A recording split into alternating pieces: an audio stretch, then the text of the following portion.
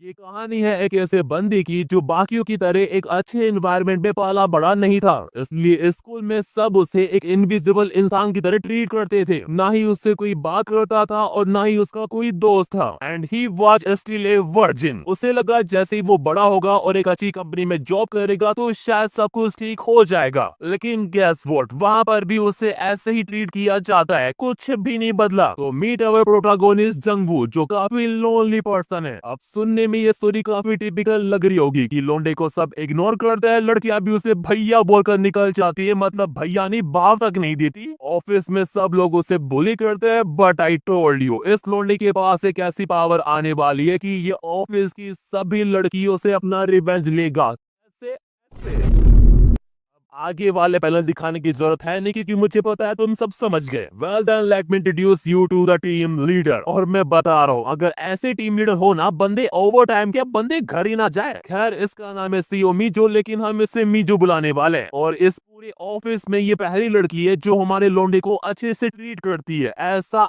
इसे लगता है, because she is a damn बिच।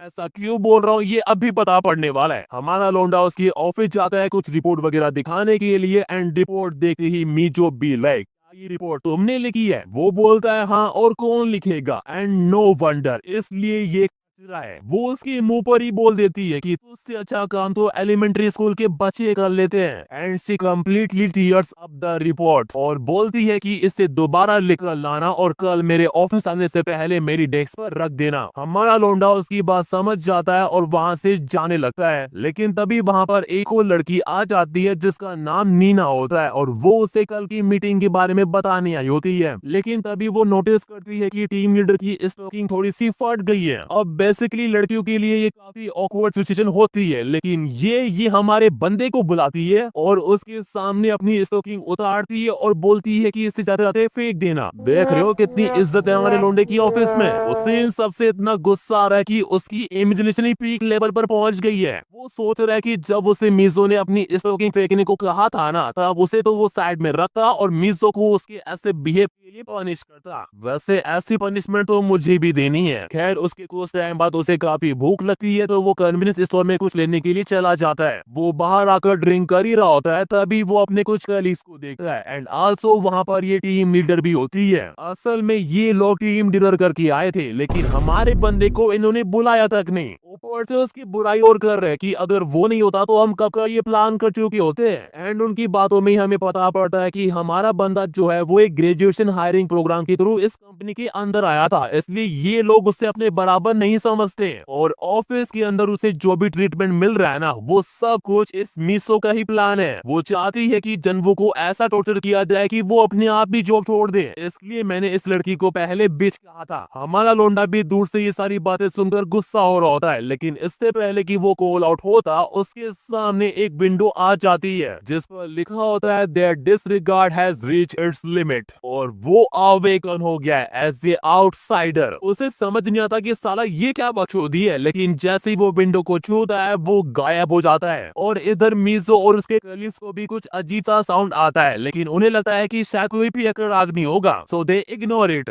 लेकिन हमारा लोंडा मीसो के बिल्कुल सामने ही खड़ा होता है और वो उसे नोटिस तक नहीं कर पा रही। एक्चुअली हुआ क्या, जंगवू ने जैसे उस विंडो को टच किया तो उसका आउटसाइडर मोड जो है एक्टिवेट हो गया, जिस वजह से वो इनविजिबल बन गया है। देखा जाए तो ऐसी पावर मेरे पास भी होनी चाहिए, but I have a question for you. अगर तुम लोगों को ये पावर मिलती तो तुम सबसे पहले किसके रूम में जाते? मुझे पता है कि तुम साले सोच क्या रहे हो। खैर, उसके बाद मीजो को ऑफिस में कुछ काम होता है तो वो सभी को बाय बोलकर निकल जाती है। एंड गेस व्हाट, अब हमारा लोंडा क्या करेगा?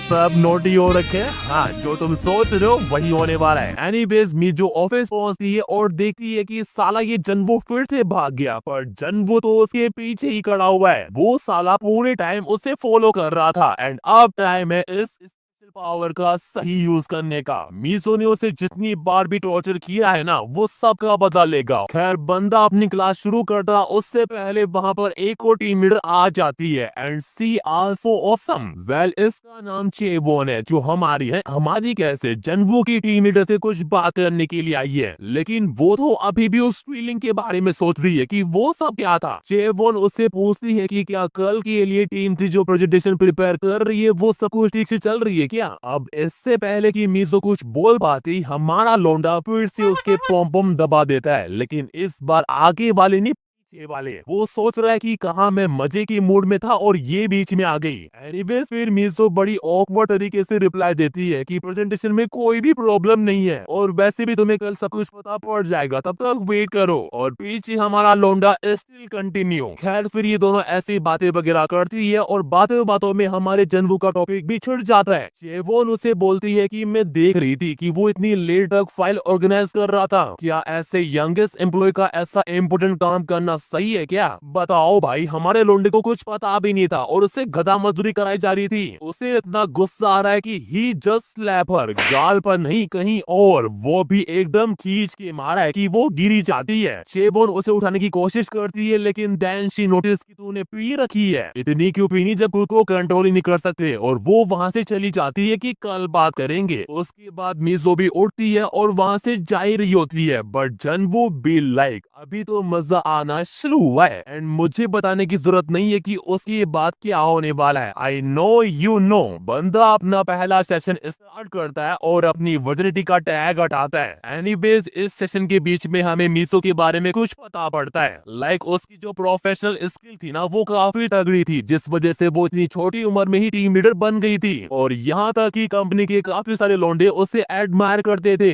लेकिन वो कहते हैं ना कि लोटस सिर्फ एक ही कोई लग सकती है and this time it's our man. देख रहे हो कैसे खुश हो रहा है लौंडा। लेकिन ये खुशी ज्यादा देर तक नहीं टिकने वाली, क्योंकि आउटसाइडर मोड की एक लिमिट भी होती है जो अब खत्म हो चुकी है। और हमारा लौंडा भी नोटिस कर लेता है कि उसकी पावर धीरे धीरे खत्म हो रही है। दैट्स व्हाई उसे ये सेशन यहीं पर खत्म करना पड़ता है। लेकिन उसे डर लग रहा है कि शायद उसे मिजो ने देख लिया है। एनीवेज फिर अगला दिन आता है एंड अगेन ऑफिस में हमारे लौंडे से कोई बात नहीं करता। यहाँ तक कि कुछ लड़कियां उसकी बुराई तक कर रही होती है। इन्हें जाकर कोई बताओ कि हमारे लौंडे से पंगा लेना भारी पड़ सकता है। उन्हें भारी क्या, वो उनके पैर भारी कर देगा। और तभी मिजो उसके सामने आ जाती है and just look at this beautiful view. मैं ज्यादा ऊपर नहीं ले सकता वरना यूट्यूब पॉलिसी यू नो। वो उसे बोलती है कि जल्दी से मीटिंग रूम में आ जाओ। अब जनवू को लगा कि शायद कल रात करते वक्त मिजो ने उसे देख लिया था, इसलिए वो डरा हुआ है। वैसे देखा जाए तो मिजो को उस रात के बारे में ही बात करनी है, मतलब उसने देखा नहीं पर उसे जनवू पर डाउट है। फिर हम 1 घंटा पीछे जाते हैं, जहाँ ये है ना हमेशा की तरह जल्दी ऑफिस आ जाती है और आते ही मिजो को देखती है। वो दोनों एक दूसरे को गुड मॉर्निंग वगैरह करते हैं और तभी है ना नोटिस करती है कि मिजो ने कल वाले कपड़े ही पहने हुए हैं। तब हमें पता पड़ता है कि कल रात जो हुआ था ना, उससे मिजो एक बुरा सपना समझ रही है, क्योंकि जनवू के सेशन के बाद वो बेहोश हो गई थी और जब वो उठी तो वो अपनी डेस्क पर थी। इसके अलावा उसने पीवी तो रखी थी, बट उससे ये सब कंफर्म करना है, इसलिए वो हमारे बंदे से पूछ रही है, क्योंकि कल रात वही ऑफिस रुका था। वो उससे पूछती है कि कल रात को मैं कुछ काम से ऑफिस आई थी, लेकिन तुम मुझे कहीं भी नहीं दिखे। अब हमारा लोंडा ये तो नहीं बोल सकता कि कल रात वो उसी के साथ कबड्डी खेल रहा था, इसलिए बंदा भी लाइक मुझे कुछ इमरजेंसी आ गई थी, दैट्स व्हाई वो घर चला गया था। और उसकी बात सुनकर मिजो को भी यकीन हो जाता है कि वो झूठ नहीं बोल रहा। और वैसे भी वो ऑलरेडी सीसीटीवी कैमरा चेक करके आई थी, जहां उसने जनवू को बाहर जाते हुए देखा था लेकिन वापस आते हुए नहीं देखा। एंड नाउ शी अंडरस्टैंड कि इसके पीछे जनवू नहीं था, तो वो उसे जाने को बोलती है। पर जब वो जा रहा होता है, उसे गेट पर हेना मिल जाती है, जिसे कुछ अजीब सी आवाज आई थी, इसलिए वो चेक करने के लिए आई है। लेकिन मिजो से बोलती है कि नहीं, हम तो बस काम की बातें कर रहे थे, और वो हमारे लौंडे से जो असाइनमेंट दिया था ना वो मांगती है। पर साला ये कल इतना ज्यादा खुश था कि असाइनमेंट पूरा करना ही भूल गया। एक तो वैसे ही मिजो हमारे बंदे से चिढ़ती है और ऊपर से जब उसने काम पूरा नहीं किया तो वो उसे पूरे ऑफिस के सामने सुनाई देती है। एंड नाउ हमारा बंदा be like I need revenge. अब टाइम है मिजो की प्रेजेंटेशंस का। वो सभी को ग्रीट करती है और अपनी प्रेजेंटेशन शुरू करती है। एंड गेस व्हाट, हमारा बंदा अभी कहाँ होगा और वो कैसे रिवेंज लेगा? हाँ, मुझे पता है तुम क्या सोच रहे हो, अभी वही होने वाला है। वो साला मीटिंग के बीच में मिजो को टीज करना शुरू कर देता है।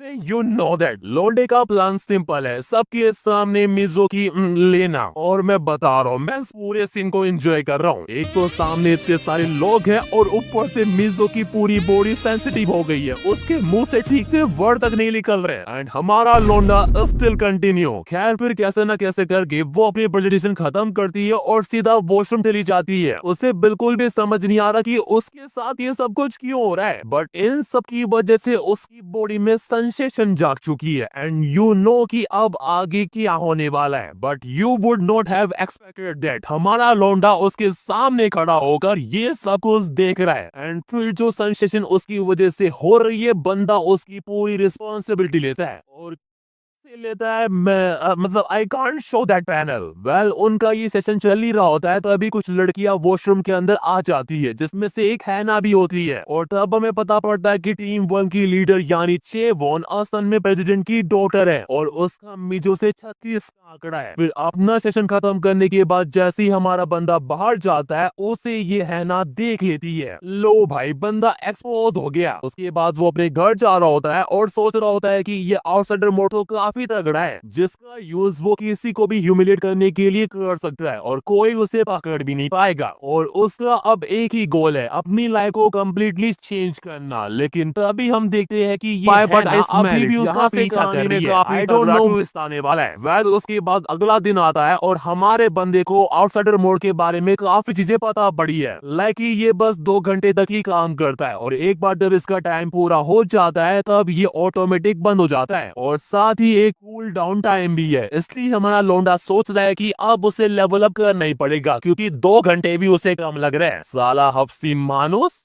बट देन ही रियलाइजेस कि उसे केवल मिजो से नहीं बल्कि पूरे ऑफिस से बदला लेना है। वो ये सब सोच ही रहा होता है, तभी वहां पर हेना आ जाती है जो उसे बोलती है कि क्या हम 2 मिनट बात कर सकते हैं। अब तुम्हें लग रहा होगा कि कल जो वॉशरूम में हुआ उसे उसके बारे में बात करनी है, लेकिन नहीं, वो हमारे लौंडे को वार्निंग देने के लिए आई है कि जब टीम लीडर आज छुट्टी पर है तो ऑफिस के कुछ लोग तुम्हारे साथ मिसबिहेव कर सकते हैं और अगर ऐसा हो तो सीधे मेरे पास आ जाना। एंड ये सुनकर जंगू भी लाइक ये लड़की इतनी बुरी भी नहीं है। अबे बुरी वो चुड़ैलों की माँ है। उसके बाद जब वो अपना सारा काम खत्म करके घर जा ही रहा होता है, उसे फिर से हैना मिल जाती है and both of them decide let's have a drink together. फिर वो दोनों एक बार में बैठे हुए होते हैं और बस ऐसे ही गॉसिप वगैरह मार रहे होते हैं। हमारा बंदा भी काफी खुश है क्योंकि ये पहली बार है जब वो किसी को वर्कर के साथ डिनर कर रहा है। उसके बाद मजे वगैरह करके वो दोनों बाहर आते हैं और तुम्हें क्या लगा, अब वो एक दूसरे को गुड बाय बोलेंगे और घर चले जाएंगे। आज ही घंटा, अभी तो रात बाकी है। हमारा लौंडा उससे पूछता है कि क्या मैं तेरे लिए कोई कैब वगैरह बुक कर दूं क्या, बट है ना बी लाइक मैंने सुना तेरा घर पास है तो फिर कैब क्यों। एंड यू ऑल नो कि उसके बाद क्या होने वाला है। उसकी बची कुची रात लौंडे के घर पर कटती है और देख रहे हो लौंडे को इस बार इनविजिबल होने की जरूरत भी नहीं पड़ी। वो दोनों अपना कर ही रहे होते हैं, तभी हेना बोलती है let's do something even better. और कैसे, ऐसे बंदे को बांध ही दिया उसने एंड देन ये डैम बीच अपना फोन निकालती है और हमारे लौंडे की ऐसी हालत में फोटो खींच लेती है। मतलब वो यहाँ पर पूरी प्लानिंग करके आई थी। वो उससे बोलती है कि मैंने देखा है कि तू मिसो के साथ वॉशरूम में क्या कर रहा था। उसे पता है क्या लग रहा है कि हमारा बंदा जो है वो मिसो को ब्लैकमेल कर रहा है, मतलब उसके पास मिसो की कोई ऐसी चीज है जिससे वो उसकी हर एक बात मान रही है। इसलिए वो उसे वार्निंग दे रही है कि या तो मुझे सब कुछ सच बता दे वरना ये फोटो मैं पूरे ऑफिस में लीक कर दूंगी। एंड हमारे बंदे को भी समझ में आ गया है कि ये अब तक उसके साथ बस खेल रही थी। लेकिन तभी उसे सिस्टम से एक नोटिफिकेशन आता है the distance you are facing has reached its limit और उसकी आउटसाइडर मोड का लेवल अब भी हो गया है। इसके अलावा उसे एक नई एबिलिटी भी मिल गई है, यानी समझ लो जब भी उसे कोई नीचे दिखाएगा या बुली करेगा बंदे का लेवल अप ऑटोमेटिक होगा। यह सिस्टम ऐसे ही काम करता है और अब हमारे बंदे का प्लान यही है कि उसे हैना को इतना गुस्सा दिलाना है कि वो उसे और बुली करे। एंड बातों बातों में हमारा बंदा उसे इतना गुस्सा दिला देता है कि वो उसे चांटा ही मार देती है और बोलती है कि तेरी एक गलत चॉइस की वजह से तेरी लाइफ की लगने वाला है और कपड़े पहनकर वहां से चली जाती है। उसके जाते ही हमारा बंदा आउटसाइडर मोड एक्टिवेट करता है और उसे जो नई स्किल मिली है वो है फेसिंग, यानी अब वो किसी भी सॉलिड ऑब्जेक्ट के अंदर से गुजर सकता है, यानी दीवार के आर पार भी जा सकता है। And it's time to get revenge. उसके बाद सुबह होती है और हम हेना को देखते हैं जो स्टेशन पर अपनी ट्रेन का वेट कर रही है। वो हमारे लौंडे की फोटो देखकर सोच रही है कि जब इन द एंड वो मुझसे भीख मांगेगा और जैसे ही मिजो का सीक्रेट बता देगा मैं ये फोटो इमीडिएटली लीक कर दूंगी। इससे एक बात सीखने को मिलती है कि जो लोग मीठे बोलते हैं ना उन पर कभी भी भरोसा नहीं करना चाहिए, वरना आप ही लगते हैं। खैर फिर वो ट्रेन में चढ़ती है और फील करती है कि कोई उसके संतरे दबा रहा है। अब ये बताने की नीड नहीं है कि वो कौन है। तभी ट्रेन में उसका एक कलीग भी आ जाता है जो है मैनेजर ओ, जिसे देखकर हमारा लोंडा बी लाइक अब तो और भी मजा आने वाला है। एंड शी प्रेज हर संतरास। हान को तो समझ में भी नहीं आ रहा कि ये सब कुछ हो क्या रहा है, लेकिन हमारा लोंडा क्लियर कर चुका है कि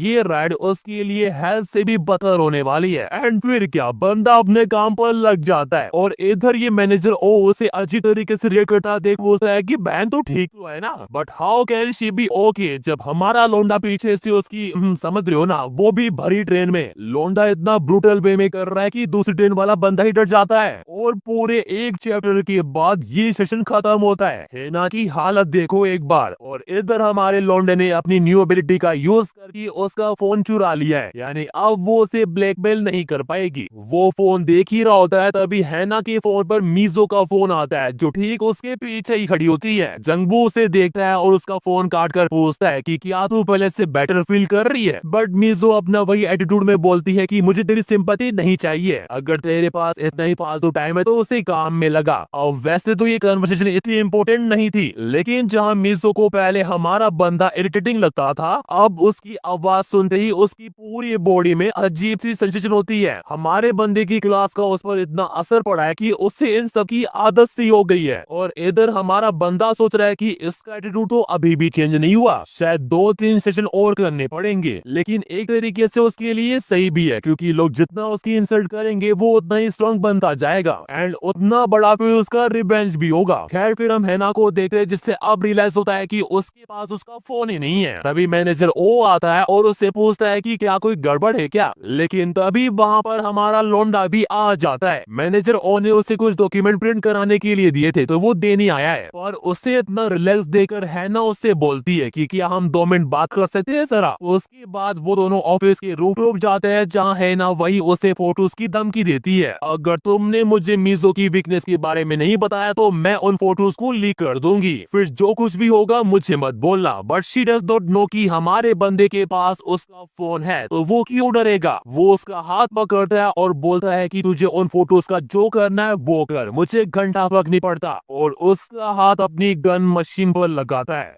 आगे का कार्यक्रम शुरू होता उससे पहले हेना वहां से चली जाती है। बंदी को ट्रेन में ऑलरेडी मिल चुका है जो मिलना था। फिर जंगबू भी उसके पीछे पीछे आ रहा होता है, लेकिन तभी अचानक से गेट खुलता है और उसके मुंह पर लगती है। एंड जो रूफटॉप पर आई है वो है प्रेसिडेंट की बेटी चेबोन जो अपने हस्बैंड से बात कर रही होती है। असल में उसकी शादी 1 साल पहले हुई थी और उसका जो हस्बैंड है वो एक बड़ी कंपनी के मेजर शेयर होल्डर का बेटा है। और रही बात चेबोन की तो उसकी प्रमोशन एसोसिएट डायरेक्टर के लिए ऑलमोस्ट पक्की है। इन शॉर्ट उसकी लाइफ फुल ऑन मजे में कंपेयर टू जनवो जो पॉवर्टी में जिया है। खैर फिर वो वहां से जा ही रहा होता है, लेकिन गेट की आवाज से चेबोन उसे देख लेती है। जंगबू को लगता है कि अब तो वो गया, बट चेबोन उसे बिना बोले ही वहां से चली जाती है। ये देखकर जंगबू सोचता है कि शायद मेरे जैसे लो लेवल एम्प्लॉय का होना या ना होना उसके लिए मैटर नहीं करता, यानी अब कंपनी के प्रेसिडेंट की बेटी भी जनवो की लिस्ट में आ चुकी है। उसके बाद जैसे ही हमारा बंदा नीचे जाता है ये मेजो उसे सुना देती है क्योंकि चेबोन इसे सुनाकर गई थी कि अपने एम्प्लॉय का ध्यान रखा करो कहीं भी आ जाते हैं। उसके बाद मीशो अपने घर जाती है और रिलैक्सेशन के लिए जैसे ही बाटअब में बैठती है हमारा लोंडा उसे पूरा ही रिलैक्स कर देता है। एंड यू नो कि उसके बाद क्या होने वाला है, it's time but in a brutal way. And guess what, ये कार्यक्रम कितना बड़ा हो सकता है, आधा चैप्टर, एक चैप्टर नहीं भाई पूरे 2 चैप्टर। उसके बाद कुछ दिन बीत जाते हैं, हम जनवू को देखते हैं जो अपनी डेस्क पर काम वगैरह कर रहा होता है। लेकिन तभी वहां पर मीजो आती है जो हमारे लौंडे को फिर से डांटना शुरू कर देती है। मैंने कहा था सिर्फ जीएम और रिक्रूटिंग लीडर्स को ही सीसी करो, तुमने पूरे डिपार्टमेंट को क्यों इंक्लूड किया इसमें? हमारा बंदा उसके लिए माफी मांगता है बट मीजो बी लाइक अगर अगली बार गलती हुई तो मुझसे बुरा कोई नहीं होगा और वहां से चली जाती है।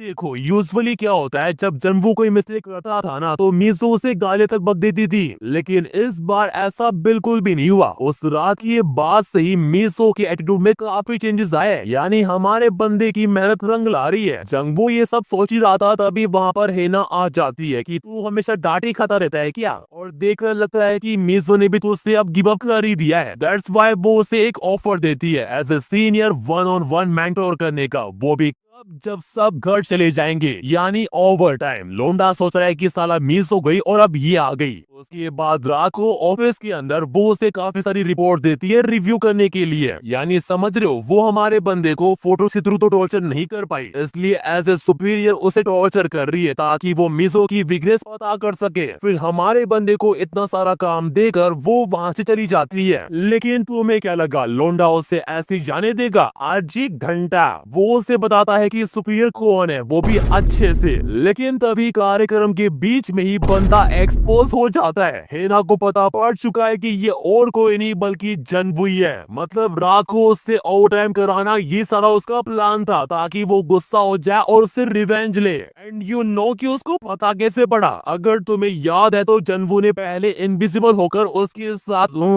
और फिर ये उसके घर आई थी। वहां से उसको आइडिया लगा कि जो दोनों बार फीलिंग थी ना वो सेम थी, और जब उसने हमारे बंदे का एटीट्यूड देखा तो उसे कंफर्म हो गया कि ये साला मिजो और मेरे साथ खेल रहा है। दैट्स व्हाई उसने ये सारा प्लान बनाया था। लेकिन हमारा लोंडा बी लाइक सो व्हाट, तू क्या सबको ये बताने वाली है कि मैं एक इनविजिबल मैन हूँ? जरा बताना तो ये प्रूव कैसे करेगी? दैट्स व्हाई हैना उसे अपनी टांगों में होल्ड कर लेती है। लेकिन यू नो कि हमारे लोंडे का स्टेमिना कितना तगड़ा है, और फिर कार्यक्रम के एंड में हमारा लोंडा उसे वार्निंग देकर जाता है कि अगर तू मेरे रास्ते में आई तो नेक्स्ट टाइम और सफर करना पड़ेगा। आई नो अब तुम्हें लग रहा होगा कि वो अगले दिन हमारे बंदे को एक्सपोज कर देगी, लेकिन ऐसा कुछ भी नहीं होता। उसका प्लान हमारे बंदे को एक्सपोज करने का नहीं बल्कि उससे भी बढ़कर है। And do you know what her plan is? हमारे लोंडे को हर दिन टॉर्चर करना, कभी उसके काम को लेकर तो कभी उसके बिहेवियर को लेकर। लाइक वो एक भी मौका नहीं छोड़ती। वो उसको इतना टॉर्चर करती कि अब तो ऑफिस वालों को भी उस पर दया आने लगी थी। बट ऑफिस वालों को ये नहीं पता कि ये बस एक साइड की स्टोरी है ना उसे जितना टॉर्चर करती थी उसका डबल हमारा बंदा उसे करता था, और कैसे ये बताने की जरूरत तो बिल्कुल भी नहीं है। लेकिन है ना ऐसी लड़की नहीं है जो इतनी जल्दी हार मान जाएगी, वो तब भी उसे हर दिन टॉर्चर करती रहती। एंड हमारा बंदा वो भी स्टिल कंटिन्यू। आई नो तुम्हें लग रहा होगा कि साला ऑफिस लाइफ तो ये जी रहा है, बट लोंडे की किस्मत जितनी अच्छी दिखती है उतनी है नहीं। जब वो एक दिन हैना के साथ फाइल रूम के अंदर कबड्डी खेल रहा होता है तो मीतो बाहर से उनकी आवाजें सुन लेती है। एंड हमारे लोंडे की स्टेमिना की वजह से उसको पता भी पड़ जाता है कि ये किसी और की नहीं बल्कि हैना की आवाज है। अब मुझे लगा कि लोंडा तो गयो, लेकिन ऐसा कुछ भी नहीं होता। वो जैसे गेट खोलती है सब कुछ काफी नॉर्मल होता है, लाइक वहां पर कुछ हो ही नहीं रहा था। और हैना को तो तुम जानते ही हो कि वो कितनी बड़ी बिच है। वो सब कुछ कवर करने के लिए मिजो को कहती है कि मैं इसे सबके सामने ना डांटकर रूम के अंदर डांट रही थी। दैट्स व्हाई तुमने जो आवाजें सुनी वो इस पर चिल्लाने की थी, ना कि किसी और की। और मजे की बात पता है क्या है? मिजो इस पर यकीन भी कर लेती है। आई डोंट नो इस गधी को टीम लीडर किसने बनाया, इसको बातों में फर्क समझ में नहीं आता क्या? एनीवेज उसके बाद वो उन दोनों को अपने ऑफिस में बुलाती है। ना ना ना ना ना, वो उन पर शक नहीं कर रही, इतनी अकल ना है उसमें। उसने इन दोनों को बुलाया है एक प्रोजेक्ट देने के लिए, एक ऐसा प्रोजेक्ट जिसमें हैना और हमारा बंदा साथ मिलकर काम करेंगे। और पता है मिजो ने ये फैसला क्यों लिया है? उनकी क्लोजनेस को देखकर। एंड देखा जाए तो ये हमारे बंदे के लिए एक ग्रेट अपॉर्चुनिटी भी है अपने आप को साबित करने की।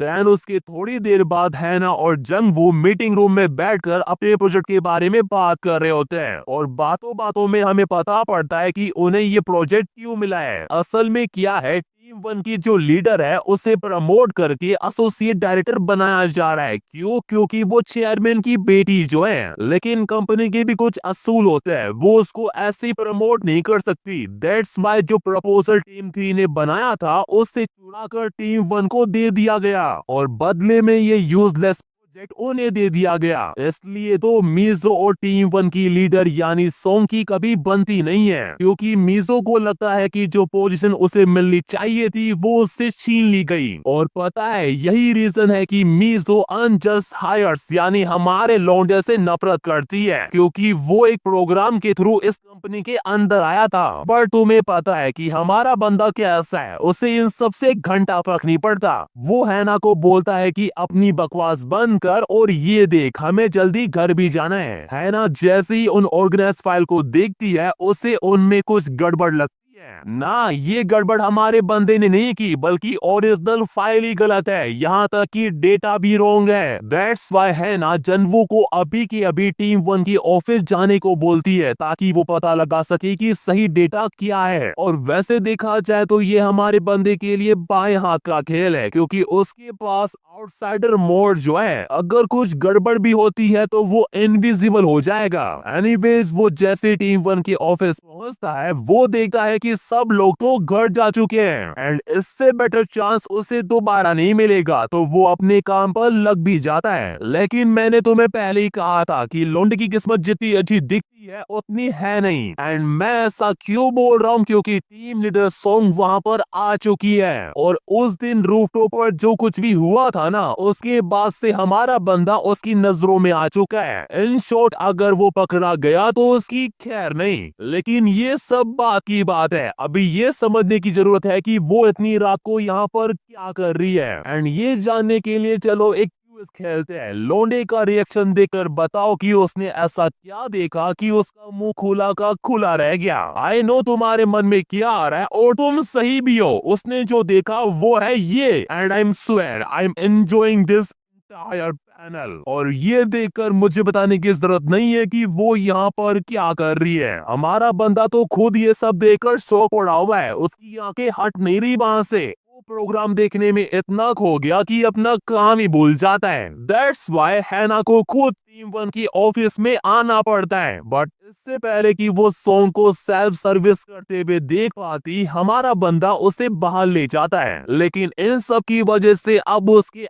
लगने वाला है, क्योंकि सोंग को पता पड़ चुका है कि वो स्टार्टिंग से यहाँ पर छुप कर पूरा कार्यक्रम देख रहा था। देन उसके बाद अगले दिन मीजो उन दोनों को डांट रही होती है कि तुम इसे रिपोर्ट कहते हो, इसमें तो डेटा भी सही नहीं है, तुम्हें एक काम दिया था वो भी तुमसे ढंग से नहीं हुआ। दैट्स वाई है ना उसे सॉरी बोलती है और एक्सक्यूज देने लगती है। लेकिन मीजो को कोई एक्सक्यूज नहीं चाहिए, वो उसके मुंह पर ही बोल देती है कि मुझे पता है कि तुम इससे एक गार्बेज प्रोजेक्ट समझ रही हो, तो तुम्हें लगा होगा कि अगर मैं इसे आधा अधूरा पूरा कर दूं तो कोई कुछ नहीं बोलेगा। अब इससे पहले कि मीजो हैना को एक्सपेल कर दे, हमारा बंदा उसे एक और रिपोर्ट देता है एडिट वर्जन वाली, जिसमें लेटेस्ट डेटा है जो उसने रात भर जाकर बनाई है। देख रहे हो लोंडा कंपनी के लिए कितना कुछ करता है, लेकिन तब भी उसकी कोई इज्जत नहीं करता। लेकिन आई थिंक अब से उसकी लाइफ थोड़ी बहुत बदलने वाली है। और मैं ऐसा क्यों बोल रहा हूँ, क्योंकि मीजो ने पहली बार हमारे बंदे की तारीफ की है। और इतना ही नहीं, वो उनको रीजन भी बताती है कि वो उन पर इतना स्ट्रिक्ट क्यों हो रही है। असल में क्या है, जब उसने मीटिंग के दौरान ये बताया कि ये प्रोजेक्ट हैना और जंगू हैंडल कर रहे हैं, तो सोंग ने भी इसका सपोर्ट किया, जिस वजह से सेल्फ डिपार्टमेंट वाले भी इसमें रिसोर्सेस इन्वेस्ट कर रहे हैं। और क्योंकि अब प्लान सडनली चेंज हो गया है, तो डेडलाइन भी थोड़ी टाइटर हो गई है। एंड उनको ऑल द बेस्ट बोलकर वो वहां से चली जाती है। अगर शॉर्ट में समझाऊं तो कल रात हमारे बंदे ने जो सोंग को करते हुए देखा था ना, उसकी वजह से अब वो उससे बदला ले रही है। अगर इन्होंने टाइम पर प्रोजेक्ट पूरा नहीं किया तो ये तो कंपनी से जाएंगे ही जाएंगे, साथ में मीजो की भी छुट्टी हो जाएगी। यानी एक तीर से दोनों शिकार। अब लोंडी का तो पता नहीं, लेकिन हैना को अपनी जो बड़ी प्यारी है और वो इतनी आसानी से हार मान जाए ऐसा नहीं होने वाला। वो हमारे बंदी को बोलती है कि अगर तू मुझे फॉलो करेगा तो हम ये हम टाइम पर पूरा कर लेंगे। एंड फिर क्या है ना, अपने काम पर लग जाती है, वो भी इतने फोकस के साथ कि वो जंगबू को हरेस करना ही बंद कर देती है। उसे ऐसा काम करता देख हमारे बंदे को भी मोटिवेशन मिलता है और वो भी उसका पूरा साथ देता है। और सही बताओ ना, ये वही सब है जो उसे स्टार्टिंग से चाहिए था, यानी एक टीम मेंबर के रूप में हार्ड वर्क करना। लेकिन तुम्हें पता है कि उसे किसी ने टीम मेंबर समझा ही नहीं था। एंड ऐसा करते करते कुछ हफ्ते गुजर जाते हैं और अब हमारे बंदे को कंपनी में इतना एक्नॉलेज किया जा रहा है कि उसे टीम डिनर में भी बुलाया गया है। मैं लौंडे के चेहरे पर खुशी देखकर बता सकता हूँ कि वो कितना एक्साइटेड है। एनीवेज वो और हैना बात कर रहे होते हैं और बातों बातों में हमारा बंदा उससे पूछ लेता है कि तुझे मीजो की वीकनेस क्यों जाननी थी। हैना उसे बताती है कि मीजो एक वर्कोहॉलिक है, तो वो जितना भी ट्राई करती उससे कभी कैचअप नहीं कर पाती। दैट्स व्हाई उसे एक इक्के की नीड थी जो उसे मीजो को सरपास करने में हेल्प करता। वो दोनों बातें कर ही रहे होते हैं तभी मैनेजर ओ वहां पर आ जाता है और आते ही वो हैना को ड्रिंक ऑफर करता है उसके हार्ड वर्क के लिए। एंड आई टोल्ड यू, चश्मा पहनने वाले बंदे जितना बाहर से बोले दिखते हैं वो अंदर से उतने ही कमीने होते हैं। और मैं ऐसा क्यों बोल रहा हूँ ये तुम्हें आगे पता पड़ेगा। एनीवेज उसने हैना को इतनी पिला दी कि वो बेहोशी हो जाती है और बेहोशी में वो मीसो को गालियां दे रही है। अब सिंपल सी बात है, ऐसी हालत में वो खुद तो घर जाएगी नहीं, तो कोई ना कोई तो उसे घर छोड़ने वाला होना चाहिए ना। और मैनेजर ओ ये मौका छोड़ दे ये नहीं होने वाला। But someone has rightly said that only one man can understand a man. हमारे बंदे को मैनेजर ओ के इरादे साफ दिख जाते हैं। दैट्स व्हाई वो उसे रोकने की कोशिश भी करता है कि एज ए पार्टनर मेरा ही हैना को घर छोड़ना ठीक होगा। बट यू नो, जब बात डिजायर की आती है तो मैन विल बी मैन, वो फिर भी नहीं देखता। और कुछ भी से मेरा मतलब कि वो हैना को घर ले जाने के बजाय होटल भी ला सकता है। दैट्स व्हाई मैंने इससे पहले कमीना कहा था। देखो तो सही इसको एक बार कैसे मुस्कुरा रहा है। बट ये खुशी ज्यादा देर तक नहीं रहने वाली। वो जैसे अपनी वर्जिनिटी का टैग हटाने के लिए जाता है, हैना को होश आ जाता है और पता है वो खुद को बचाने के लिए क्या एक्सक्यूज देता है कि तुम्हें गलतफहमी हो रही है, मैं तुम्हारे ऊपर नहीं तुम मेरे ऊपर आ रही थी। भाई कितना बड़ा लिचड़ आदमी है ये। इस साले को कोई बताओ कि हैना ने पी रखी है, इसका मतलब ये नहीं कि वो पागल है, वो अच्छे से जानती है कि कौन किसके ऊपर आया था। दैट्स व्हाई शी डिसाइडेड कि अब तो पुलिस को फोन करना पड़ेगा। बट इससे पहले कि वो पुलिस को फोन कर पाती, मैनेजर ओ उसके साथ जबरदस्ती करना शुरू कर देता है। अब देखा जाए तो यही वो सिचुएशन है जब हीरो एंट्री मारता है एंड गैस व्हाट, हमारा बंदा हीरो वाली एंट्री मारता भी है और आते ही उसकी ऐसी धुलाई करता है कि उसके परखच्चे ही उड़ जाते हैं। मैनेजर ओ के तो कुछ पल्ले ही नहीं पड़ता कि उसके साथ ये सब कुछ क्या हो रहा है। हमारा लोंडा मार मार कर उसकी ऐसी हालत करता है कि वो वहां से भाग ही जाता है। अब देखो, हीरो ने हीरोइन को बचाया है तो उसका इम्प्रेस होना तो बनता है। And you know very well कि उसके बाद होने वाला है। देन अगले दिन हैना और जंग वो कैफेटेरिया में बैठकर खाना खा रहे होते हैं और तभी हमें पता पड़ता है कि हैना ने मैनेजर ओ को बस यूं ही जाने दिया, उस पर कोई भी केस वगैरह कुछ भी नहीं किया। क्यों? क्योंकि वो चाहती थी कि उसकी वजह से उनके प्रोजेक्ट पर कोई भी इफेक्ट ना पड़े। एंड साथ ही उस रात के बाद से हमारे लौंडे के लिए हैना का बिहेवियर थोड़ा बदल सा जाता है, थोड़ा नहीं कुछ ज्यादा ही। एनीवेज ऐसे ही टाइम गुजर जाता है और कुछ दिनों के बाद वो अपना प्रोजेक्ट भी पूरा कर लेते हैं। लेकिन ये जितना आसान दिखता था उतना था नहीं, क्योंकि जब जब टीम वन ने उनके साथ कोऑपरेट करने से मना किया था तो हमारे बंदे ने अपनी आउटसाइडर मोड का यूज करके उसे ओवरकम किया था। बट इतनी मुश्किलों के बावजूद भी उन्होंने ये प्रोजेक्ट टाइम पर पूरा कर दिया। दैट्स व्हाई सब सीनियर उनके लिए काफी खुश भी होते हैं, केवल सॉन्ग को छोड़कर, क्योंकि हमारे बंदे ने उसके प्लान पर पानी जो फेर दिया। लेकिन अभी तो रुको, ये चीज तो एक्सपेक्टेड थी, लेकिन आगे जो होने वाला है वो बिल्कुल अनएक्सपेक्टेड है। क्यों? क्योंकि पहली बार मीजो ने हमारे बंदे की तारीफ की है कि अब वो एक रियल एम्प्लॉय लग रहा है। अरे दीदी, वो पहले भी एम्प्लॉय था पर तुम ही उस पर ध्यान नहीं दे रही थी। एनीवेज ये पहली बार है जब उसके काम को और उससे एक्नॉलेज किया किया गया तो सेलिब्रेट करना तो बनता है, और इस बात से तो हैना भी अग्री करती है। बट हमारा बंदा भी लाइक अभी उसे बस घर जाना है और सोना है। वैसे देखा जाए तो उसके लिए भी ये काफी बड़ी बात है, लाइक उसके लिए तो उसका सपना पूरा हो गया। वो ये सब कुछ सोच ही रहा होता है, तभी सोंग वहां पर कार लेकर आ जाती है और उसे डिनर के लिए इनवाइट करती है। देन उसके थोड़ी देर बाद वो और सोंग साथ बैठकर डिनर कर रहे होते हैं। आई नो तुम्हें लग रहा होगा कि सोंग भी हमारे बंदे से इम्प्रेस हो गई है, लेकिन ऐसा कुछ भी नहीं है। उसने यहाँ उसे इसलिए इनवाइट किया है ताकि वो उसके मुंह पर बोल सके कि वो ये कंपनी छोड़ दे। एंड गैस व्हाट, इस हमारे बंदे का क्या रिएक्शन होगा? वो गुस्से से पागल हो जाता है। हाँ, मानते हैं कि एक टाइम तक उसकी सबसे बड़ी दुश्मन मीजो थी, लेकिन ये तो उससे भी बड़ी कमी नहीं है। But she does not know कि हमारा बंदा क्या कर सकता है। वो उसके मुंह पर ही बोल देता है कि वो तुम थी जो उस रात सब कुछ कर रही थी, तो मैं क्यों ये कंपनी छोड़ूं? एंड ये सुनने की बात एक बार बंदी का चेहरा देखो, उसका पूरा ऑरा माइनस में जा चुका है। But as a boss daughter वो बोलती है कि ये मेरी कंपनी है, मैं जो चाहे वो कर सकती हूँ। पर हमारा बंदा जितना इनोसेंट दिखता है उतना वो है नहीं। वो ये बात अच्छे से जानता है कि एक सिंगल स्कैंडल भी उसकी पोजीशन को खतरे में डाल सकता है। इसलिए तो वो चाहती है कि हमारा बंदा उस रात के बारे में सब कुछ भूल जाए और ये कंपनी छोड़कर चला जाए। लेकिन जैसा मैंने तुम्हें पहले कहा था, ये सबसे बड़ी कमी नहीं है। वो एक शैंपेन की बोतल उठाती है और हमारे बंदे की औकात दिखाने के लिए उसके ऊपर ही डाल देती है, और जाते वक्त हमारे बंदे को वार्निंग और देकर जाती है कि तुमने जो आज सब कुछ किया है ना, उसकी तुम्हें बहुत बड़ी कीमत चुकानी पड़ेगी। But she does not know that कि कीमत हमारे बंदे को नहीं,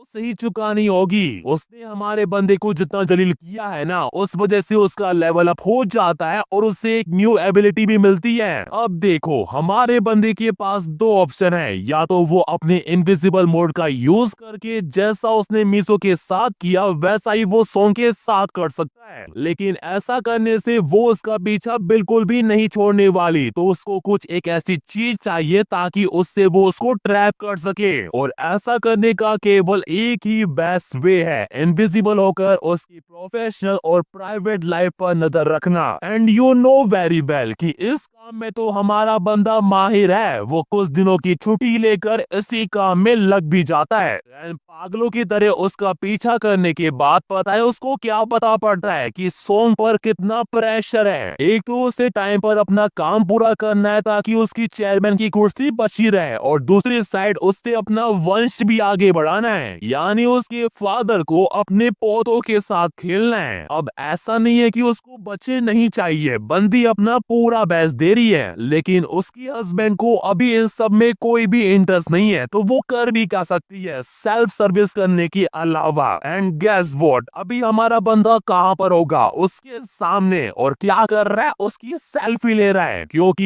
यही वो चीज है जिससे वो उसको ट्रैप में फंसा सकता है। देन उसके अगले दिन जब सोंग का हस्बैंड गोल्फ खेलने के लिए जाता है, ये साला उसके घर भी पहुंच जाता है, इसलिए उसे वो फोटो दिखाने के लिए। और सिंपल सी बात है, सोंग उसकी बात पर क्यों यकीन करेगी? तो वो उसके मुंह पर दरवाजा ही बंद कर देती है। लेकिन उसको ये नहीं पता कि हमारे बंदे के पास इनविजिबल की पावर है, और उसकी मेहरबानी से ही उसका लेवल अप हुआ है, जिस वजह से वो किसी भी ऑब्जेक्ट के आर पार जा सकता है। एंड अब टाइम है रिवेंज का। वो उसे उसकी सेल्फ सर्विस वाली इमेज दिखाता है, जिसे देखकर सोंग कंप्लीटली स्टन रह जाती है। उसका मुंह खुला का खुला रह जाता है। बट इससे पहले कि वो कुछ समझ पाती, हमारा बंदा खुद ही उसके सारे सवालों के जवाब दे देता है, कैसे? उसके सामने इनविजिबल होकर। And just look at song reaction. एक वो पहले से ही शौक थी, अब तो सदमे में जा चुकी है। एंड यू नो कि उसके बाद होने वाला है। पर मजे की बात पता है क्या है? वो उसके हस्बैंड के आने के बाद भी नहीं रुकता। वाई? क्योंकि वो उनको देख ही नहीं पा रहा। हमारा बंदा खुद तो इनविजिबल है ही, साथ ही उसने सोंग को भी इनविजिबल बना दिया है। भाई, इससे कहता है रिवेंज, वो भी एकदम बैड वाला। और इतना ही नहीं, जाते वक्त वार्निंग और देकर जाता है कि अगर नेक्स्ट टाइम मेरे रास्ते में आई तो तेरे पास खोने के लिए काफी कुछ है, लेकिन मेरे पास भी नहीं। देन सॉन्ग को सबक सिखाने के बाद बंदा अपनी नॉर्मल लाइफ में वापस लौट जाता है। और रही बात सॉन्ग की, तो वो उसे ऑफिस में फुल्ली इग्नोर करती है, जैसे उनके बीच कुछ हुआ ही नहीं। लेकिन वो कहते हैं ना कि चेहरा हमेशा सच बोलता है, और हमारा बंदा तो ऐसे चेहरे पढ़ने में माहिर है ही। पर अभी तो उसे अपना खुद का चेहरा छुपाना पड़ेगा, क्योंकि वो इतने दिनों के बाद जो ऑफिस आया है। मतलब देखो, एक तो मीशो ने पहली बार उसकी तारीफ की थी कि हाँ वो कुछ काम के लायक है, लेकिन उसने फिर से उसको डिसअपॉइंटेड कर दिया। तो उसको पनिशमेंट तो मिलनी चाहिए। और कैसी पनिशमेंट? घंटों तक ऐसे ही खड़े रहने की। एंड ऐसा नहीं है कि वो सिर्फ हमारे बंदे पर ही मेहरबान है, वो अपने ओल्ड सेल्फ में वापस आ गई है, वही सबको डांटने वाली। लगता है हमारे बंदे ने उसको जो डोज दिया था उसका असर कम हो गया दिखे। एंड इस बात से तो वो भी अग्री करता है। और मजे की बात पता है क्या है? उसको डोज देने का मौका भी मिल जाता है। असल में क्या है, मीजो को क्लाइंट से मिलने के लिए कहीं जाना था, तो ये मौका हमारा बंदा कैसे छोड़ सकता था? अब मीजो के पास भी कोई दूसरा ऑप्शन नहीं था, तो वो मान जाती है। आई नो तुम्हारा आईक्यू अभी तुमसे क्या कह रहा होगा, लेकिन ऐसा कुछ भी नहीं होने वाला, बल्कि हमारे बंदे की होशियारी उस पर ही भारी पड़ जाती है। मीजो पूरे रास्ते उसको सुनाती भी आती है। बंदी ने 1 सेकंड तक का भी रहम नहीं किया उस पर। एनीवेज, थोड़ी देर बाद वो क्लाइंट के पास पहुंच जाता है और उनकी मीटिंग शुरू हो जाती है। एंड गेस व्हाट, अभी हमारा बंदा क्या कर रहा होगा? दरवाजे के बाहर बैठा उनकी बातें सुन रहा होगा। आज 1 घंटा वो इनविजिबल होकर मीजो की मजे ले रहा है। और ये मत पूछना कैसे, मतलब I can't show that panel. Well, वो कैसे ना कैसे करके खुद को कंट्रोल करके ये मीटिंग खत्म करती है। एंड एक बार हमारे बंदे को देखो, कैसे उसके सामने इनोसेंट की तरह खड़ा हुआ है, जैसे उसका इन सब में कुछ हाथ ही नहीं है। वैसे देखा जाए तो हाथ तो है ही नहीं, कुछ और ही है। और अभी तो रुको, खेल तो अभी शुरू हुआ है। असल में क्या है, जब वो ऑफिस वापस जा रहे होते हैं तो मीजो को कार सिकनेस हो जाती है, जिस वजह से वो थोड़ा टहलने के लिए बाहर निकल जाती है। एंड हमारे बंदे को यही तो चाहिए था। और साले की किस्मत भी देखो, तभी बारिश भी शुरू हो जाती है। अब सिंपल सी बात है, बारिश में मीजो कहाँ जाएगी? तो वो जैसी वापस आती है, हमारा बंदा उसे वहां पर नहीं मिलता, बट वो तो ठीक उसके पीछे ही होता है। और जैसा मैंने तुम्हें पहले कहा था, खेल तो अभी शुरू हुआ है। और वो कैसे खेलता है तुम्हें अच्छे से पता है। वेल, जैसे ही कार्यक्रम खत्म होता है, सब कुछ नॉर्मल हो जाता है, क्योंकि उसके बाद मीजो बेहोश हो गई थी। और जैसे ही उसको होश आता है, हमारा बंदा उसे सब कुछ एक्सप्लेन करता है कि वो उसके लिए सिकनेस की दवाई लेने गया था। और जब वो वापस आया तो उसने देखा कि मीजो कार के अंदर सो रही थी। एंड गेस व्हाट, वो इस पर यकीन भी कर लेती है। देन ऑफिस पहुंचने के बाद वो जंगबू का जैकेट वापस करती है और उसे सब कुछ करने के लिए थैंक यू बोलती है। But here is a twist, Jangbu जैसे जैकेट पहनता है, मीजो की गर्दन पर कुछ अजीब से निशान देखती है, जो उसने कबड्डी खेलते वक्त बनाए थे। पर अभी हमें ये कंफर्म नहीं हुआ है कि उसको पूरा यकीन हुआ है या नहीं। बट दूसरी साइड एक और टीम लीडर है जिसे कुछ भी कंफर्म नहीं करना, उसे हमारे बंदे के बारे में सब कुछ पता है। And you know very well कि मैं किसके बारे में बात कर रहा हूँ। जब से हमारे बंदे ने उसके साथ कबड्डी खेली है ना, उसकी लाइफ कंप्लीटली चेंज हो गई है। वो जब भी कोई काम करने के लिए जाती, उसे लगता कि उसकी कोई जासूसी कर रहा है, जिस वजह से वो किसी भी चीज में ठीक से फोकस नहीं कर पाती। दैट्स व्हाई उसका जो स्ट्रेस है वो पहले से और बढ़ गया है। और बेचारी के पास अपना स्ट्रेस दूर करने के लिए कोई रास्ता भी नहीं है। पर तुम्हें पता है, इन सब का केवल एक ही सॉल्यूशन है, और वो है हमारा बंदा, जो अभी रूफटॉप पर उससे मिलने के लिए आए। बट सॉन्ग हमेशा की तरह उसकी बातों पर ध्यान नहीं देती और उसे इग्नोर करके वहां से जाने लगती है। और तुम्हें क्या लगता है, हमारा बंदा उसे ऐसे ही जाने देगा? आज 1 घंटा मेरा,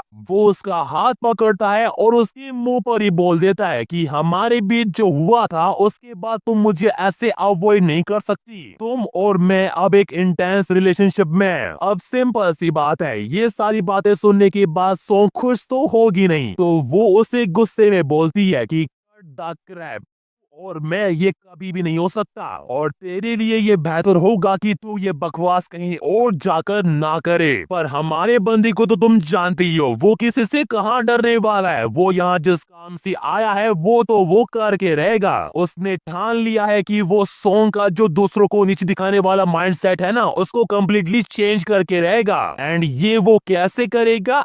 ऐसे उसे एक डॉग की तरह ट्रीट करके, और सिर्फ ट्रीट ही नहीं कर रहा, उसे पूरे ऑफिस में एक डॉग की तरह वॉक करा रहा है। आई नो तुम्हें लग रहा होगा कि ये कैसे पॉसिबल है। असल में ये उसकी एक एबिलिटी है कॉन्फर की, यानी वो जिसके भी कांटेक्ट में होगा वो भी इनविजिबल हो जाएगा। इन अदर वर्ड, अगर वो ये लीश ड्रॉप करता है तो पूरे ऑफिस के सामने सॉन्ग के लग जाएंगे। दैट्स वाई हमारे बंदे की बात मानने के अलावा उसके पास कोई और चॉइस नहीं है। लिटरली भाई, कंपनी की ओनर की डॉटर है वो, उसकी क्या हालत कर दी उसने। एंड गेस व्हाट, वो यही नहीं रुकता, वो साला उसे जहां पर कंपनी के बोर्ड डायरेक्टर की मीटिंग हो रही है ना, वहां पर ले जाता है जहां पर उसकी फादर भी होते हैं। और मुझे नहीं लगता कि ये बताने की नीड है कि वो वहां उसके साथ कौन सी मीटिंग करता है। वो उनके सामने ही कबड्डी खेलना शुरू कर देता है। भाई इनसेन, एक तरफ कंपनी के लोग, यहाँ तक कि उसके फादर भी उसके प्रमोशन के लिए काफी खुश है, और दूसरी साइड वो अलग ही खुशी बना रही है। Literally that was insane. And guess what, ये मैच कितना लंबा चलता है भाई, पूरे 3 चैप्टर। देन कार्यक्रम खत्म होने के बाद कुछ दिन बीत जाते हैं, हम हमारे लौंडे को देखते हैं जो किसी का वेट कर रहा होता है, और किसी और का नहीं बल्कि हैना का। ना ना ना ना, ये लोग डेटिंग पर नहीं आए। असल में क्या है, हैना को अपनी लाइफस्टाइल में कुछ चेंजेस चाहिए थे, सो दैट्स व्हाई ये लोग बाहर घूमने के लिए आए, और फिर वो प्रोजेक्ट पूरा होने की खुशी को सेलिब्रेट भी तो करना था, तो हमारा लौंडा मान जाता है। देन उसके बाद वो एक लग्जरी रेस्टोरेंट में जाता है और खाना एंजॉय करता है, और सिर्फ रेस्टोरेंट ही नहीं, वो शॉपिंग और मूवी देखने के लिए भी जाता है, जस्ट लाइक वो कपल हो। पर हमारे लौंडे को तो तुम जानते ही हो, वो है ना कि ये गलतफहमी दूर करने के लिए हॉल में ही शुरू हो जाता है। वो भी कैसे, आई थिंक ये बताने की जरूरत तो बिल्कुल भी नहीं है। देन उनका रेसलमेनिया मैच खत्म होने के बाद हम सोंग को देखते हैं जो अपने हस्बैंड के साथ किसी रेस्टोरेंट में बैठकर खाना खा रही होती है। अब मुझे लगा कि उसका हस्बैंड उसकी बिल्कुल भी केयर नहीं करता, लेकिन ऐसा बिल्कुल भी नहीं है। वो सोंग का चेहरा देखकर ही समझ जाता है कि वो उससे कुछ छुपा रही है, और इन सब में वो उसकी गलती नहीं बल्कि खुद की गलती मानता है कि वही था जो खुद की फैमिली को नेगलेक्ट कर रहा था। दैट्स व्हाई वो प्रॉमिस करता है कि आज से वो उसके साथ बेटर बिहेव करेगा। लिटरली भाई, जो लोग मीठी बातें करते हैं ना, उन पर कभी भी भरोसा नहीं करना चाहिए, और मैं ऐसा क्यों बोल रहा हूँ ये आगे पता पड़ेगा। वैसे देखा जाए तो काफी सिंपल सी बात है, ऐसी बातें सुनकर एक लविंग वाइफ तो इम्प्रेस होगी ना, तो सॉन्ग भी हो जाती है। पर इससे पहले कि वो उससे कुछ कह पाती, हमारे लौंडे का मैसेज आ जाता है कि फोन पिक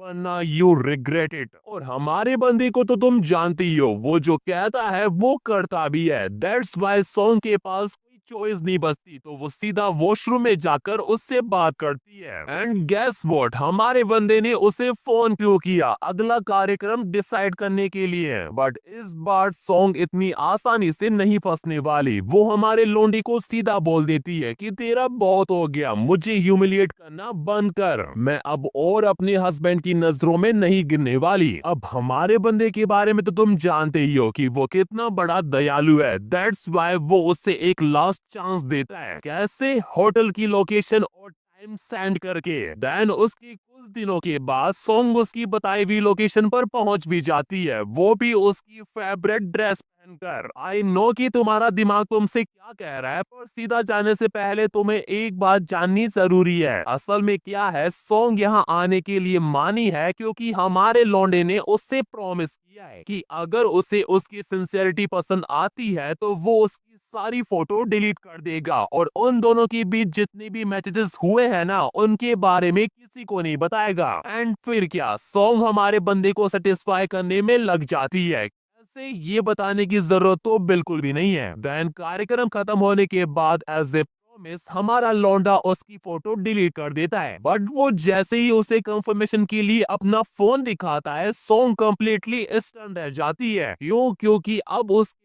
फोन में उसकी हस्बैंड की फोटो है, उसी लविंग हस्बैंड की जिसकी सॉन्ग इतनी परवाह करती है। लिटरली भाई, लोगों को हमेशा दूसरों की थाली में ही दिखता है, मतलब सुंदर वाइफ होते हुए भी वो किसी और के साथ ही लगा पड़ा है। एनीवेज हमारा लोंडा जब कुछ दिनों की छुट्टी लेकर सॉन्ग का पीछा कर रहा था ना, तब उसे इसके हस्बैंड के बारे में पता पड़ा कि ये साला तो कहीं और ही गुल खिला रहा है। ये बिल्कुल वैसा है कि बगीचे को छोड़कर फूल के पीछे भागना। और मैं बता दूं, ये लड़की कोई और नहीं बल्कि उसी की सबऑर्डिनेट है। अब देखो, सिंपल सी बात है, कोई भी वाइफ जो अपने हस्बैंड से इतना प्यार करती है वो इस फोटो पर कैसे यकीन करेगी? उससे तो ये सब एआई लगेगा ना। बट यू नो अवर लोंडा, उसने उसे इसी लोकेशन पर बिल्कुल फिक्स टाइम पर क्यों बुलाया? क्योंकि राइट नाउ उसके बगल वाले कमरे में उसके हस्बैंड का कार्यक्रम चल रहा है और वो साला कंफर्मेशन के लिए उसे इनविजिबल करके उस रूम में ले भी जाता है। लिटरली भाई, सॉन्ग के लिए ये किसी टॉर्चर से बिल्कुल भी कम नहीं है। मतलब सीरियसली, एक तरफ वो अपनी फैमिली को बचाने के लिए कितना स्ट्रगल कर रही है, लेकिन उसका हस्बैंड वो तो कहीं और ही स्ट्रगल कर रहा है। और अभी तो रुको, इतना सब काफी नहीं था कि वो उससे बिच ही बोल देता है और ये भी कह देता है कि उसे शादी तक नहीं करनी थी, वो तो उसके घर वालों ने उसे फोर्स किया था। लिटरली भाई, बेचारी के दिल के टुकड़े हो जाते हैं। बट डोंट वरी, अवर लोंडा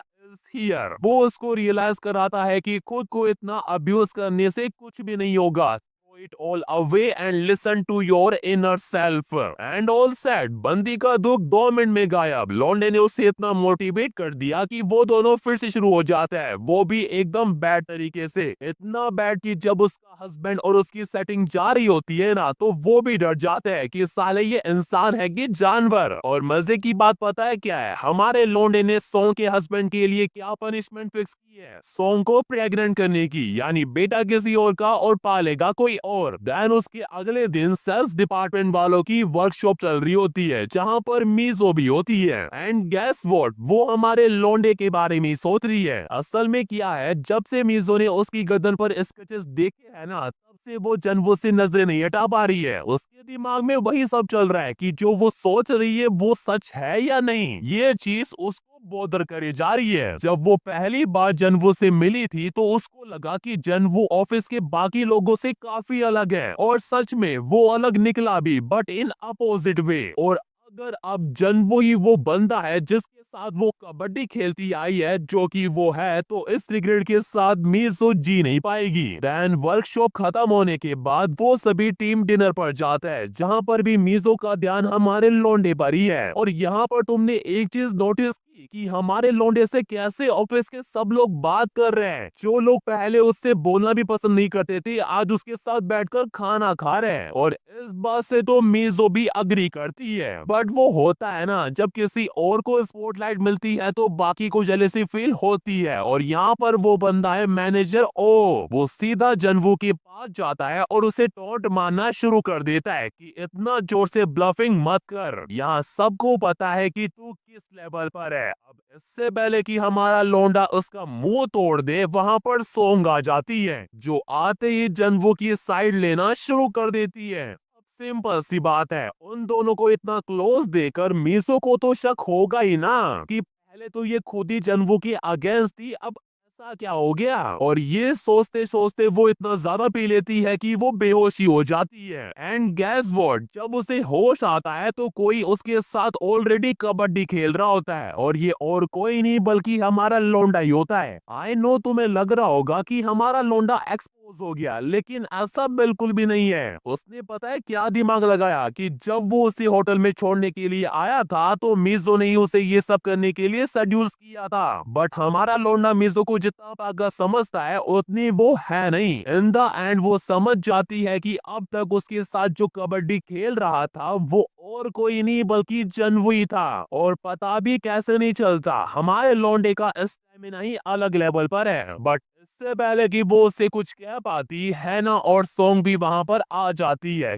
ये कार्यक्रम में अपना योगदान देने के लिए। अब सिंपल सी बात है, उन दोनों को देखकर मिजो खुश तो होगी नहीं, उसके तो पर खच्चे उड़े हुए हैं कि ये सब क्या चल रहा है। अब इससे पहले कि उसका और दिमाग खराब हो, सॉन्ग और हैना उसे समझाने की कोशिश करती है कि लाइक वो भी पहले उसी की तरह थी, कि हम ऐसे बंदे के साथ क्या कर रहे हैं। बट जैसे जैसे उन्हें कबड्डी खेल में मजा आने लगा, वो समझ गई कि ये बंदा ग्रेटेस्ट ऑफ मैन है, बट मीजो इतनी आसानी से उनकी बातों में आ जाए ऐसा नहीं होने वाला। वो समझ जाती है कि जनवो ही वो इनविजिबल मैन है और उसने ही इन दोनों को थ्रेट किया होगा। दैट्स वाई वो उन दोनों को ही उसका साथ देने को बोलती है ताकि वो मिलकर जंगवू को पकड़वा सके। अब कौन गधा इस बात पर यकीन करेगा कि किसी बंदे के पास मिस्टर इंडिया वाली पावर हो सकती है। वो तो ये सुनकर हंसेगा ही ना, तो वो भी हंसने लगते हैं कि कौन सा इनविजिबल मैन, तू कहीं पागल वागल तो नहीं होगी। अब सिंपल सी बात है, उन लोगों को ऐसा रिएक्ट करता देख मीजो खुश तो होगी नहीं, तो वो वहां से जाने लगती है। बट इतना सब कुछ होने के बाद तुम्हें क्या लगता है हमारा लौंडा उसे ऐसे ही जाने देगा? आज ही घंटा मेरा, वो दोनों मिलकर फोर्सफुली उसे बांध देते हैं। और आई थिंक अब ये बताने की जरूरत है नहीं कि आगे क्या होने वाला है, बट कार्यक्रम इंटरेस्टिंग तब होता है जब वो मीजो को छोड़कर बाकी दोनों के साथ WWE मैच खेलता है। वो साला मीजो को इस कंडीशन में ला देता है कि मीजो को ही इन द एंड उससे माफी मांगनी पड़ती है। And I don't think so कि आगे जो होने वाला है ये बताने की जरूरत है। इसी के साथ आफ्टर कॉन्करिंग सुओ मीजो, हमारे लोंडे का भी लॉन्ग अवेटेड रिवेंज कंप्लीट हो जाता है। देन उस कार्यक्रम के कुछ महीनों बाद सॉन्ग प्रेग्नेंट हो जाती है, जो वो हमेशा से चाहती थी, बट अपने हस्बैंड की वजह से उसे ये खुशी कभी नहीं मिली। अब उसकी हस्बैंड की बात हो ही रही है तो एक्सपोज होने के बाद उसका एटीट्यूड कंप्लीटली चेंज हो जाता है। सॉन्ग उससे एक वन लास्ट चांस देती है और माफ कर देती है। और रही बात है ना की, तो वो हमारे लौंडे के साथ हमेशा की तरह कहीं ना कहीं जाती रहती है और उनका WWE मैच इस continue and in the end सीओ मीजो, जिसमें उस कार्यक्रम के बाद सबसे ज्यादा चेंजेस आए थे। पहले जहां वो ऑफिस के सभी मेंबर्स पर चिल्लाया करती थी, अब सबसे बड़ी प्यार से बात करती है। क्यों? क्योंकि उसे अपना एंगर रिलीव करने के लिए एक अनदर वे जो मिल गया है। दैट्स व्हाई इन सब की वजह से उसकी रेपुटेशन कंपनी में और बढ़ जाती है। और इसी के साथ हमारे लौंडे की वजह से उसका जो सॉन्ग के साथ रिलेशन था ना, वो पहले से काफी बेटर हो गया है। और अब रही बात हमारे लौंडे की, तो अब उसकी लाइफ काफी पीसफुल चल रही है। एंड जब भी उसे किसी से रिवेंज लेना होता है तो वो हमेशा की तरह अपनी पावर का यूज कर खेल ले भी लेता है। वेल, इसी के साथ हमारी ये कहानी यहीं पर खत्म होती है। अगर और स्टोरीज चाहिए तो सब्सक्राइब कर लेना।